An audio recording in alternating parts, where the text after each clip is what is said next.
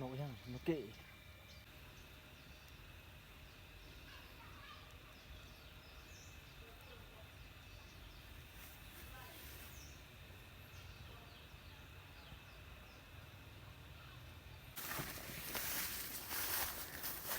สวยงามมากพี่น้องว้าวชัดสัดกระดึกเลยย่าไฮยะ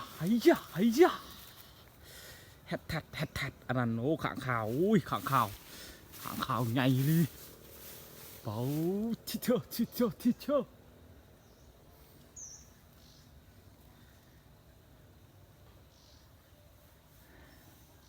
เยี่ยมเลยเจนโยดตดโซดเลยพี่น้อง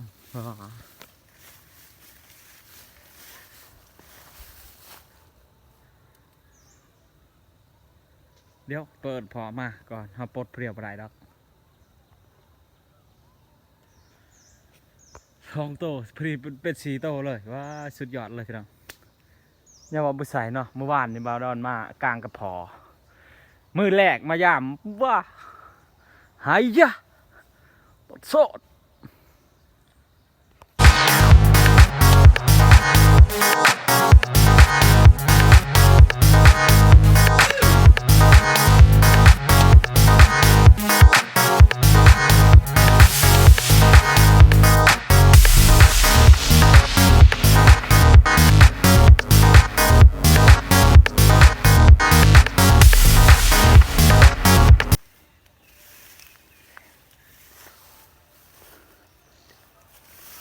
แล้วได้นี่ไหนพวกแม่นกเขาได้แล้ว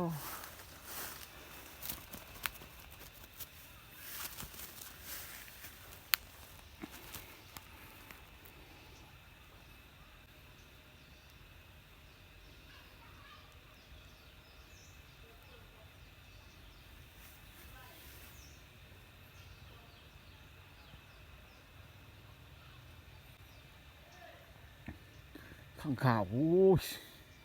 ตัวใหญ่เลยนี่เจ้านกเขานี่แล้ว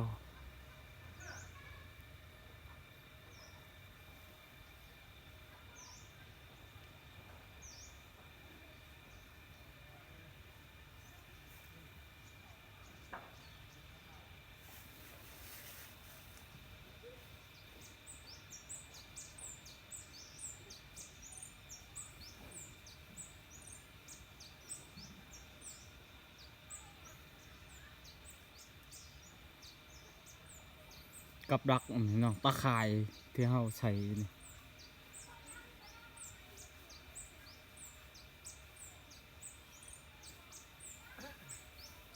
แล้วเลยนี่ปะแล้วนี่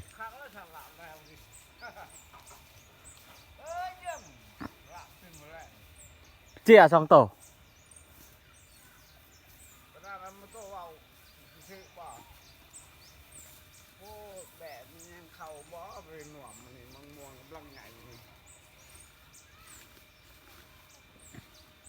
ช่างมาถึงจุ่มกันแต่มันจะกินอันนี้ไปจ้ะช่างมางานมันก็นักมันก็ตัวโทษงานก่อนงานยังก็เยอะเอาเลยมันถึงอยู่มันเป็นบทไอ้ยังนี่แหละดีหลับดีโหลดกับนกเขาหนึ่งแหลงจับ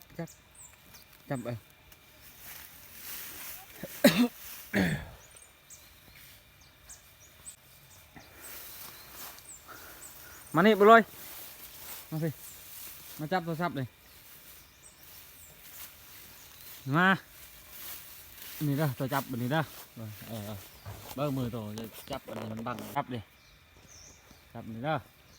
คือเทิงพุ่นคือเทิงเอาลิ้นขึ้นใช้แล้วนี่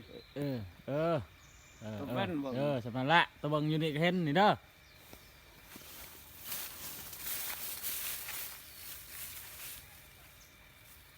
แล้วเนาะฮักข้าวันนี้มันยุ่งตัวฮักก็ได้ไม่ได้มัน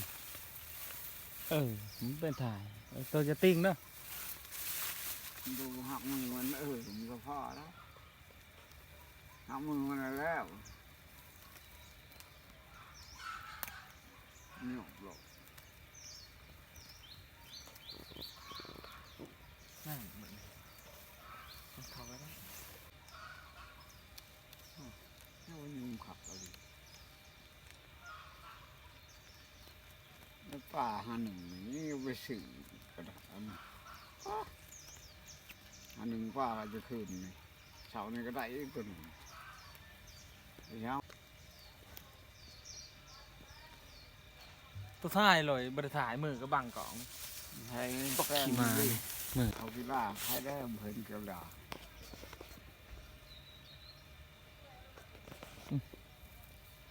จับมือจับมือนี่ก็จับปวดหนักเลย เนี่ยยังหนึ่ง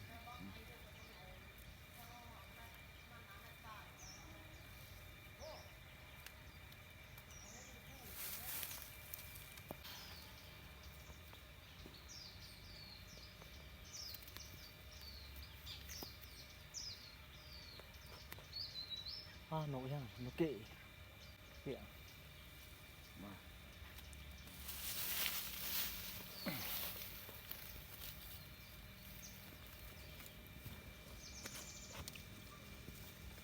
หนูเข้ากันเขาไง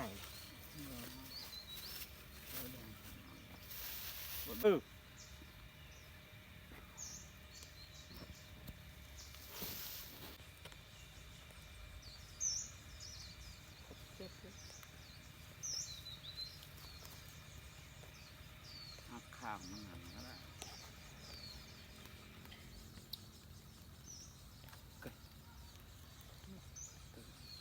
เราไม่ต้องครบ อีสักหมก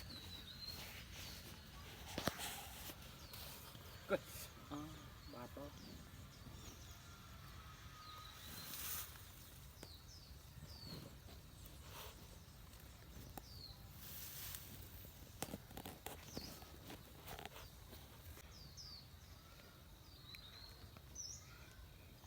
มันก็มันต้องให้เขาลงประดานรถ ลงไปใช้เคยเสียลงไหนกันบ่ขึ้นทิมผลบ่เช็ดพามได้ เอาลงพื้นนั่นแหละ สั่งใหม่ เป็นจังหวะ ยังสั่งจากลายปลายมื่อนี้คันบเราเคยใหม่คันไปเบิ่งใหม่นะออกไปจะเป็นยังไงใช่บักมือบังจับนี่นี่เดินขอปบ